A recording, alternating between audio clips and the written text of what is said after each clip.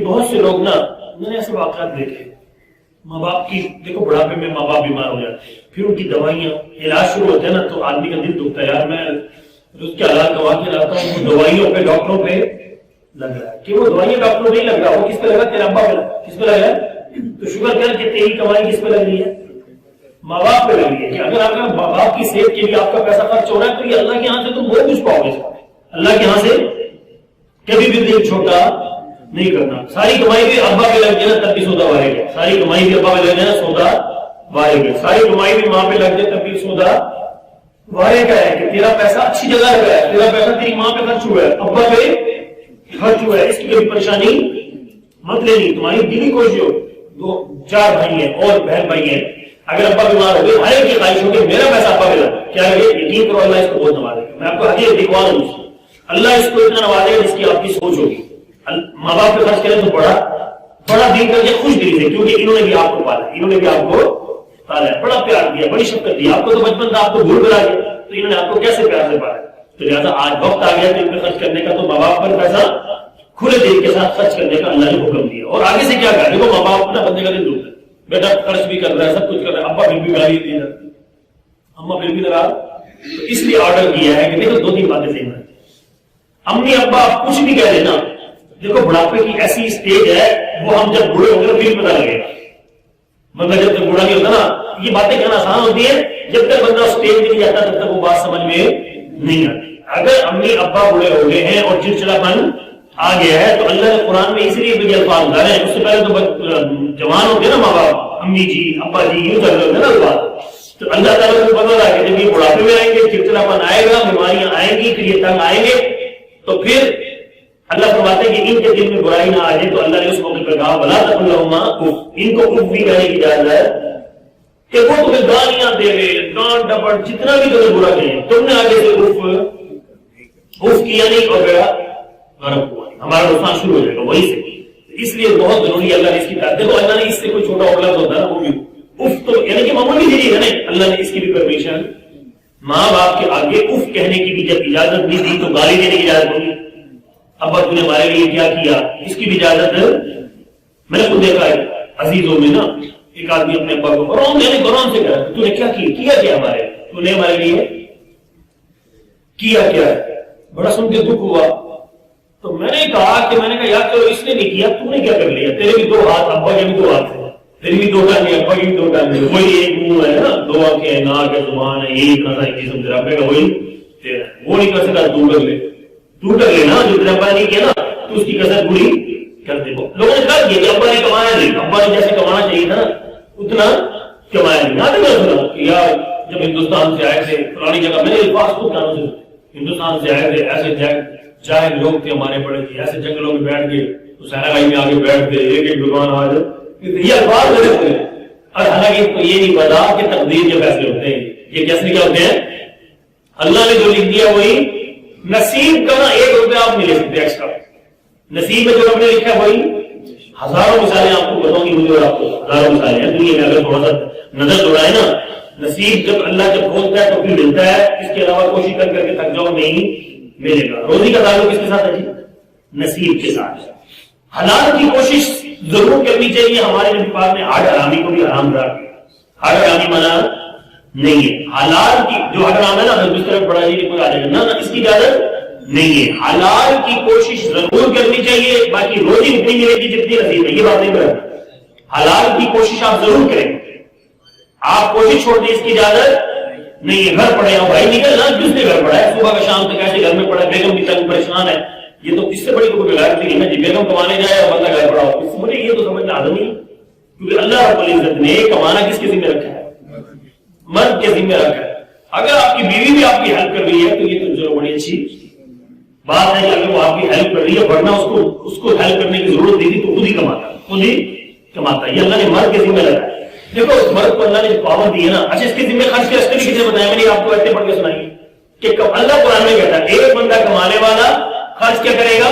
وَلِلْوَالِدَيْنِ وَالْأَقْرَبِينَ وَالْيَتَامَى وَالْمَسَاكِينِ وَابْنِ السَّبِيلِ، کمانے والا ایک، اللہ نے خرچ کرنے کی جگہ کہ اللہ فرماتے ہیں یہ ایک بندے کو میں نے اتنی پاور اور طاقت دی ہے کہ یہ اکیلا کمانے والا بھی ہو، ماں باپ پہ بھی خرچ کرے گا، بیوی بچوں پر بھی خرچ کرے گا، رشتے داروں پر بھی خرچ کرے گا، یتیموں پر بھی خرچ کرے گا، مسکینوں پر بھی خرچ کرے گا، اور اللہ کی راہ میں چلنے والوں پر بھی خرچ، اس کے خرچ کرنے کی جگہ، کیونکہ اللہ رب العزت نے اس کو پاور نہیں ہے مال کو کمانے کی، یہ دل بڑا کرے اللہ اس کو اتنا ہی دے گا انشاءاللہ۔ یہ سب ایک وقت میں اللہ نے ایسے قرآن کو معمولی چیز نہیں، قرآن اللہ تعالیٰ جو حکم ڈالتا ہے نا یہ بہت زبردست جامع کلام ہے، تو اللہ نے بتا دیا کہ ہر آدمی میں اتنی کوالٹی ہے کہ یہ کر سکتا ہے، نہ کر رہا تو یہ خود مجرم ہے۔ جیسے اللہ تعالیٰ نے دیکھو ایک بات ہوا، یہ بیچ میں بتا رہا، مرد کو 4 کی پرمیشن دی ہے، 4 کی پرمیشن دی ہے، وہ 4 کی پرمیشن اللہ تعالیٰ نے ایک وقت میں کیا کر دیا رکھ سکتا ہے، ایک وقت کے اندر 4 کی پرمیشن اسی لیے دی ہے کہ اللہ کو پتا ہے کہ یہ بندہ اتنی میں نے اس کو پاور دی ہے کہ ایک وقت میں 4 بیویوں کے ساتھ حق ادا کر سکتا ہے، تمام کے حقوق،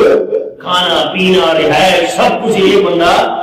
ایک وقت میں کر سکتا ہے۔ تبھی اللہ قرآن کہتے ہیں نا لا یکلف اللہ نفسا الا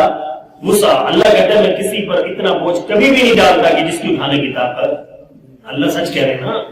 اللہ وہی بوجھ ڈالتا ہے جتنی اٹھانے کی طاقت ہو، جب اٹھانے کی طاقت اللہ نے دی ہے تو تب کہا کہ مرد کیا کر لے، کیا کر لے، اسی لیے کہا کہ ایک کمانے والا ہو تو یہ سارے رشتوں پہ خرچ کر سکتا ہے، خرچ کرے گا تو یہ آیت کی فضیلت اس کو مل جائے گی، جو اللہ نے بیان کیا ہے کہ جہاں جہاں تمہیں مال خرچ کرنا ہے تو یہ انشاءاللہ وہاں خرچ کر کے اللہ سے پالے گا۔ دیکھو اللہ کیسے ایک بات ہی دنیا میں اللہ نے جو پیسہ دیا نا، قرآن نے اس کی نفی کی ہے کہ اس کو جوڑ جوڑ کے رکھی جاؤ۔ جن لوگوں نے نا کنجوسی کی ہے نا، اللہ کو حدیث میں آتا ہے قرآن کے الفاظ، اللہ کو کنجوس بڑا نہ پسند ہے، کنجوس بڑا وہ بھی نہ پسند ہے۔ قرآن نے بھی بیان کیا، سورۃ فرقان میں ایمان کے بندوں کی صفتیں چلتی ہے نا، تو اللہ تعالیٰ اس کے اندر فرماتے ہیں، اس کے اندر آیت ہے، اللہ فرماتے ہیں کہ ایمان والوں کا خرچ جو ہے نا، ایمان کے بندوں کا خرچ بڑا اعتدال والا ہوتا ہے، نہ یہ فضول خرچی کرتے ہیں نہ ہی کنجوسی، دونوں ہی چیزیں بری ہیں، یاد رکھنا۔ فضول خرچی بھی بری ہے کہ آپ کے پاس ضرورت کی ساری چیزیں موجود ہیں، پھر بلا وجہ اس چیز کو خرید لانا، بلا وجہ اس پہ پیسہ ضائع کر دینا، یہ فضول خرچی اللہ کو پسند، اس لیے میں نے آپ کو پہلے بتایا تھا فضول خرچی کرنے والے شیطان کے، اور کنجوسی کرنے والے بھی اللہ کو پسند۔ اس کے بارے میں تو بخیلی تو حدیث بھری پڑی ہے، بخیل تو حدیث کے اندر میں چلو یاد آگے سنائی دیتا ہوں۔ اللہ رب العزت نے فرمایا، یہ حدیث آپ صلی اللہ علیہ وسلم نے فرمایا اس کو، السقی اللہ کو بڑا پسند ہے۔ اب ذہن میں رکھ لینا کہ سخی صرف اپنی ذات میں نہیں، سخی ہوتا ہے اور بھی خرچ کرنے والا ہے۔ سخی اپنی ذات پہ آپ ساری چیزیں پوری ہیں، پھر بھی اپنی ذات پہ خرچہ کرنے جائے گا تو آپ کو فضول خرچ ہو۔ آپ اگر اوروں پر مال خرچ کر دو، جو میں نے آپ کو ابھی بتائے ہیں، جو آپ کو ایپ پڑھ کے سنائی ہے، اگر آپ ان کو خوش دلی سے مال خرچ کر رہے ہو تو آپ کیا ہو، سخی۔ اور سخی اللہ کی نزدیک کیا حیثیت، فرمایا السخی قریب من اللہ، قریب من الجنہ، قریب من الناس، بعید من النار۔ قرآن دیکھو حدیث کیا بات ہے، فرمایا کہ سخی اللہ کے بھی قریب، سخی جنت کے بھی قریب، اور سخی لوگوں کے بھی قریب، اور بعید من النار، اور بعید من النار، دوزخ سے میلوں میل دور۔ اگلی حدیث کا اگلا جملہ کیا ہے، والبقی، پیارے نبی نے فرمایا والبقی بعید من اللہ، بعید من الجنہ، بعید من الناس، قریب من النار۔ اب ذرا غور کرنا اس بات میں، بخیل اللہ کو اتنا ناپسند ہے، بخیل چاہے حاجی نمازی پریزی کتنا ہی نیک کیوں نہ ہو، اگر وہ بخیل ہے تو میرے نبی کا الفاظ کیا ہے کہ بخیل اللہ سے بھی دور، بخیل جنت سے بھی دور، بخیل لوگوں سے بھی دور، اور قریب من النار، بخیل دوزخ کے کنارے پہ کھڑا ہے، مرتے دوزخ میں گرے گا۔ اس لیے میں یہ کہا کرتا ہوں جب پیسہ کسی پر خرچ کرنے پہ آج نہ کوئی ضرورت مند پہ آپ کا پیسہ لگے تو وہاں پہ دل بڑا کرو، وہاں پہ دل خوش دلی سے خرچہ کر لو، کیونکہ تمہیں اللہ قرآن میں کہتا ہے وَمِمَّا رَزَقْنَاهُمْ يُنْفِقُونَ، قرآن نے جو خرچ کرنے کا آرڈر دیا نا وہ یہ کہا ہے کہ میرے دیے ہوئے میں سے خرچ کرو۔ اللہ نے یوں نہیں کہا کہ اپنی کمائی میں سے، کیونکہ اللہ کو پتہ ہے میری کیا کمائی ہے، اللہ کہتا ہے میں ہی دے رہا ہوں، کیا دے رہا ہوں، اللہ فرمائے میں ہی دے رہا ہوں، میں نہ دوں تو کیسے کما لے گا، تو اللہ فرماتے ہیں وَمِمَّا رَزَقْنَاهُمْ، جو تمہارے رب نے تمہیں دیا ہے اس میں سے خوش دلی سے خرچ کرو۔ اچھا یہ دنیا ہے ہی، دیکھو نا سوچنے کی بات ہے کہ اللہ رب العزت نے ایک چیز خرچ کرنے کے لیے ہمیں دی ہے، اس کو آپ خرچ نہیں کر رہے، تنگی اٹھا رہے ہو، تکلیف اٹھا رہے ہو، اور اس کو سنبھال کے الماری میں، قرآن نے اس کو شدت سے نفی کی ہے، یحسب ان مالہ اخلدا، اللہ فرماتے ہیں کہ یہ مال کو جو گن گن کر، یا بات نا ویل لکل ہمارے الذی جمع مالہ وعددا، گن گن کے تہ لگا کے رکھی جائے، خوش ہوئی جائے اس کو دیکھ دیکھ کے، وہ کاغذ کے ٹکڑے تیرے جب کام ہی نہیں آئے اور تو خوش ہو گے، قرآن کے بارے ہے جمع مالہ وعددا یحسب ان مالہ اخلدا، قرآن نے فوراً نفی کیسے کی ہے، اللہ فرماتے ہیں جو مال تو گن گن کے رکھ رہا ہے نا، گن گن کے تہ لگا لگا کے الماریوں میں رکھی جا رہا ہے، اللہ فرماتے ہیں ایحسب ان مال اخلدا، کہ تو کیا سمجھتا ہے تیرا مال تجھے بچا لے، تیرا مال تجھے ہمیشہ رکھے گا؟ اللہ فرماتے ہیں تیرا مال تجھے سدا جینے، جتنی مرضی دولت اکٹھی کر لے بھائی، موت کا فرشتہ تو کہے گا یہ سیٹ ہے تو نہیں، ہمارا مال ہمیں زندہ نہیں رکھ سکتا، ہمارا مال ہمیشہ کام نہیں آئے گا، اس لیے اللہ کو خرچ کرنا بہت پسند ہے، خرچ کرنا بہت پسند ہے۔ اس لیے میرا بہت سے لوگ مجھے یقین کرو دکھ بھی آتا ہے، خود اچھے اچھے برانڈ پہنے بچوں نے، ابا کی سویٹر دیکھو وہی پرانی چلی آ رہی ہے، کئی سالوں سے چلی آ رہی ہے، وہی ہر سردی میں ابا بچارا وہی سویٹر پہنتے، ہر سردی میں ابا کی جرسی پھٹی ہوئی، یقین کرو ابا کے بعد دفعہ کپڑے دیکھو سرد گرمیوں والے پتلے، اور خود ماشاءاللہ بن ٹھن کے جا رہا ہے۔ بھیا کچھ تو خیال کرنا چاہیے، کچھ تو خیال کرنا چاہیے، خوشی ہوتی ہے کہ میں اپنے ابا کو اچھی چیزیں، سردی آ گئی ہے ابا کو ساتھ لے کے جانا، ابا جی آپ یہ والی یہ گرم ٹوپی یہ والی، ابا جی یہ کوٹ آپ کو بڑا سوٹ کرے گا، ابا جی گرم گرم ابا چیزیں کے لیے دلوا دینا، دیکھو نا جی ابا جی اور پرانی کر دی ہے، کسی کو دے دو نا وہ چیز، اب ابا بچارا اسی میں ہی زندگی بسر کیا جائے، پرانے وہ جو اس کی پھٹ گئی ٹوپی بچارے یہ بات ہے جی، اور اسی طرح اس کی جرسی کی جناب ستیا جرسی بھی کہہ رہی ہوں میرے لا دو، ٹھیک ہے نا جی، میں بڑی سردیاں دوڑا نہیں باقی، تو بھائی ابا جی اچھا دیکھو خرچ کرنے کی جگہ بتا اس بہتری بتا، اور اگر لوگ یہاں پہ جوسی کر رہے ہوتے ہیں اور خرچ وہاں کر رہے ہوتے ہیں جس کی ضرورت نہیں، مثال کے طور پر گھر میں ڈیکوریشن، اللہ نے یقین کرو کہ حدیث کے الفاظ ہے، بدترین مال وہ ہے جو تعمیرات کی ڈیکوریشن پہ لگے، کس پہ لگے؟ اتنا مہنگا کام گھر کی آرائش پہ آپ کر رہے ہو کہ جس سے آپ کو وہ فائدہ، جو گھر میں اے سی لگوایا ہے اچھی بات ہے کیونکہ آپ کو ٹھنڈک ملے گی، کیا ملے گی؟ اگر آپ نے ہیٹر لگوایا آپ کو سردی میں گرمائش ملے گی نا، ضرورت کے درجے کے اندر آپ گھر پہ مال خرچ کرو، مستحسن ہے، اچھی بات ہے، فائدہ اٹھانا چاہیے، ضرورت نہیں ہے کہ اپنے یہاں سے ساتھ اوپر تو لے کے نہیں جانا، اس لیے کہتا ہوں دنیا میں آئے تھے خالی ہاتھ اور خالی بدن بھی نہیں تھا، بدن پہ کپڑا، بدن تو تھا کپڑے، بدن پہ کپڑا بھی لے کے نہیں آئے، پاؤں میں جوتا بھی نہیں لے کے آئے، اور جب جاؤ گے تو نہیں،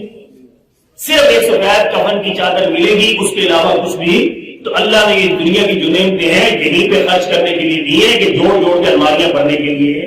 نہیں دی کہ آپ نے ساری زندگی اپنی ذات پہ لگایا ہی نہیں ہے اور الماریاں بھر کے یوں کی یوں چھوڑ کر چلے گئے۔ اس لیے اللہ کو یہ بندہ بہت ناپسند ہے، میں نے آپ کو بتا دیا، حدیث پڑھ کے بتا دیا کہ بخیل آدمی اللہ سے بھی دور، لوگوں سے بھی دور، جنت سے بھی دور، اور جناب والا کیا ہے؟ دوزخ کے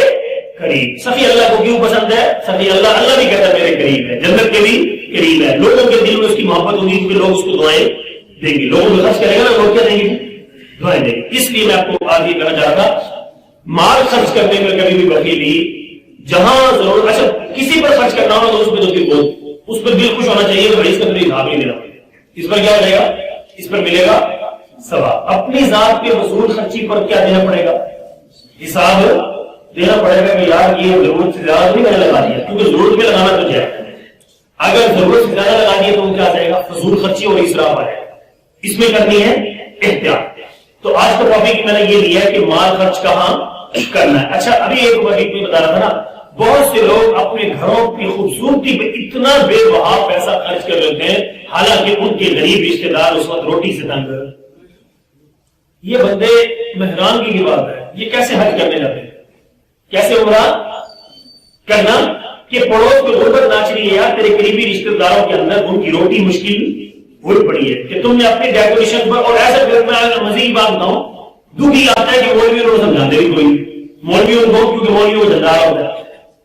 مولوی کہتے ہیں میرے وجہ سے وہ تو دے رہا یار، میں جی چودھری صاحب اس کو پروٹوکول دیے جائیں گے، میرے مزاج بالکل ڈفرنٹ، میں کہتا نام ہے صاف الگ نام کرتا ہوں، بہت سے لوگ اس سے خفا بھی ہو جاتے ہیں کہ آپ نے کھری بات، بھائی منافقت چاہیے، منافقت تو بری چیز ہے، میں منہ پہ میٹھا مانا جاؤں اندر میں تمہارے دل میں برائی رکھوں، یہ چیز نہ بدلنا حاضر ہوتی ہے، مزاج میں ہے کہ جو صحیح بات ہے کرنی ہے، چاہے آگے بڑا کتنا ہی کیوں نہ۔ تو میں ہاتھ جوڑ کے عرض کروں گا،